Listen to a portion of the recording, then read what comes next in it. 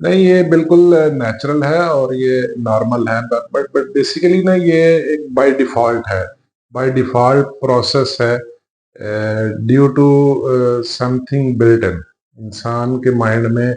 कुछ चीजें, इंसान का जो दिमाग का जो सॉफ्टवेयर है उसमें कुछ चीजें बिल्ट इन है, नेचर ने डाली हैं। ठीक है। जैसे कुछ लोग जब बहुत ज्यादा दुखी होते हैं, उदास होते हैं, तो पुराने गाने सुनते हैं। ठीक है। बहुत ज्यादा दुखी और उदास होते हैं, या पुरानी यादों को ताज़ा करने के लिए पुराने गाने सुनते हैं, या पुरानी जगहों का सफर करते हैं, पुराने दोस्तों से मिलते हैं। ठीक है। देखिए, ये बाई नेचुरल है। बच्चा है, छोटा बच्चा है, उसको जब भूख लगती है तो रोता है, बिलबिलाता है, दूध मांगता है। ठीक है। ये एक फितरी जज्बा है, एक फितरी कुव्वत है। ठीक है।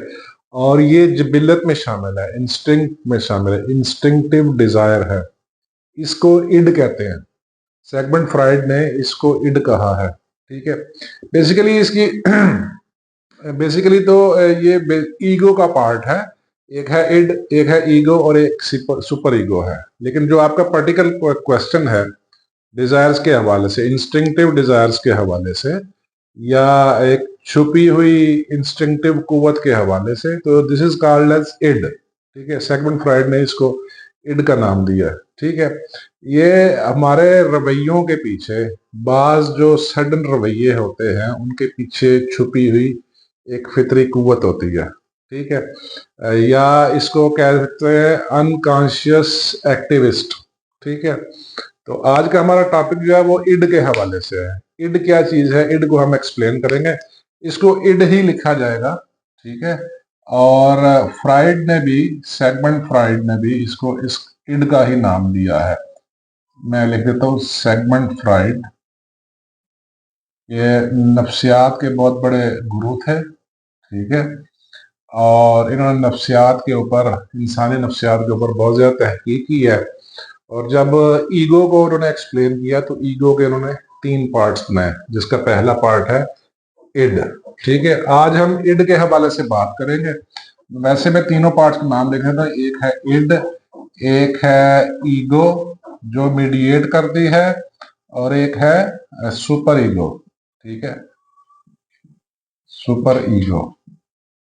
ठीक है। आज का हमारा टॉपिक ना इड के हवाले से, जैसा मैंने बताया कि इड एक फितरी जज्बा है, एक छुपा हुआ फितरी बिल्ट इन जज्बा है। इसको हम जज्बा कह सकते हैं, या इसको आप अनकॉन्शियस एक्टिविस्ट भी कह सकते हैं। ये बाय बर्थ हमारे मिजाज में, तबीयत में, दिमाग में मौजूद होता है। ये सिर्फ रिप्रेजेंट करता है डिजायर्स और इंस्टिंक्ट्स को। ठीक है।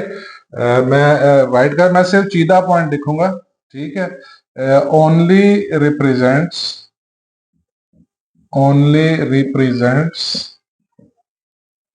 हिडन डिजायर्स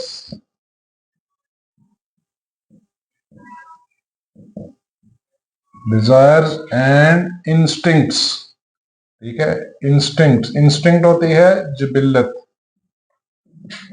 इंसानी जिबिल्लत बाय डिफॉल्ट। ठीक है। जो जिसको हम कहते हैं बाय डिफॉल्ट जो फितरत होती है। ठीक है। जैसे बच्चे की फितरत है, उसको भूख लगेगी। ठीक है।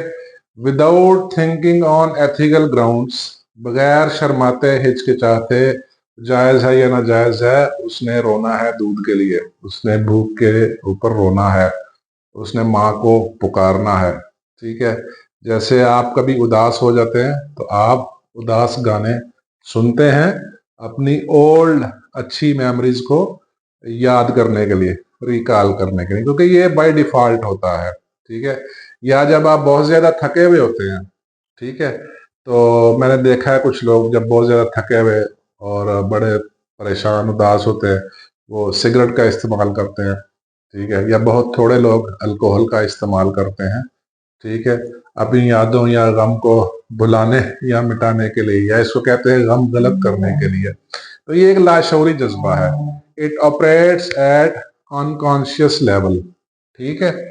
मैं ओनली इंपॉर्टेंट पॉइंट लिखूंगा। It operates at unconscious level, unconscious level. ठीक है। लाशौरी यानी you are not aware of that, आपको पता भी नहीं होता। आप बिना सोचे समझे वो काम करते हैं, ठीक है। ये लाशौरी जिबिल्लत है, इसको हम एक इमोशन भी कह सकते हैं। जैसे कोई आदमी है, किसी खातून की मोहब्बत में गिरफ्तार है, ठीक है, एग्जाम्पल दे रहा हूँ, तो वो लाशौरी तौर पर उसकी तवज्जो हासिल करने की कोशिश करेगा, ठीक है। तो ये बेसिकली उसकी इंस्टिंक्टिव डिजायर कहलाएगी, ठीक है। और यही इंस्टिंक्टिव डिजायर उसकी इड कहलाएगी, ठीक है। ये हर इंसान में ये चीजें मौजूद होते हैं, ठीक है। इसको बड़े गौर से समझना है। अब होता क्या है, इंस्टिंक्टिव डिजायर्स हर इंसान में मौजूद होती हैं। अब जब वो ट्रिगर होती हैं, ठीक है, एट अनकॉन्शियस लेवल, इंसान को पता ही नहीं होता, ख्वाहिश जनरेट हो रही होती है, ठीक है, भूख के केस में, उदासी के केस में, मोहब्बत के केस में। अब उसको कंट्रोल करते हैं इंसान शौरी कोशिश से। जो फौरन समझ जाते हैं वो उसको कंट्रोल करते हैं रियलिटी की बुनियाद पे, यानी ईगो की बुनियाद पे उसको कंट्रोल करते हैं। ईगो बेसिकली रियलिटी है, ठीक है, ठीक है। और सुपर ईगो है आपकी मॉर्टैलिटी, इखलाकियात, sorry morality, morality, moral grounds, ethical values की ग्राउंड पे, ठीक है। इड जो है, जैसा कि मैंने बताया कि ये एक हिडन डिजायर है, इंस्टिंक्ट है, बाय डिफॉल्ट है, ठीक है। अब ये इंसान का अपना फर्ज है, इंसान की अपनी शऊरी कोशिश होनी चाहिए कि क्या जो ख्वाहिश जनरेट हो रही है, जो ख्वाहिश पैदा हो रही है, उसको कैसे और कब कंट्रोल करना है। या जो इंस्टिंक्टिव डिजायर की फ्लो में आपने चलते जाना है। मैंने देखा है बाज़ औक़ात जब कोई लोग फेलियर होता है, नाकाम होता है किसी काम में, किसी प्रोजेक्ट में, किसी जॉब में, ठीक, उदास होते हैं, बाद लोग उदास और दुखी होके ज्यादा खाना शुरू कर देते हैं, ज्यादा खाते हैं, ओवर ईटिंग करते हैं। तो ये भी उनकी इंस्टिंक्टिव डिजायर है, ठीक है। तो ये सेगमेंट फ्राइड नफ्सियात के बानी थे, ठीक है। उन्होंने इड को एक्सप्लेन किया कि ये चीज आपकी इड है।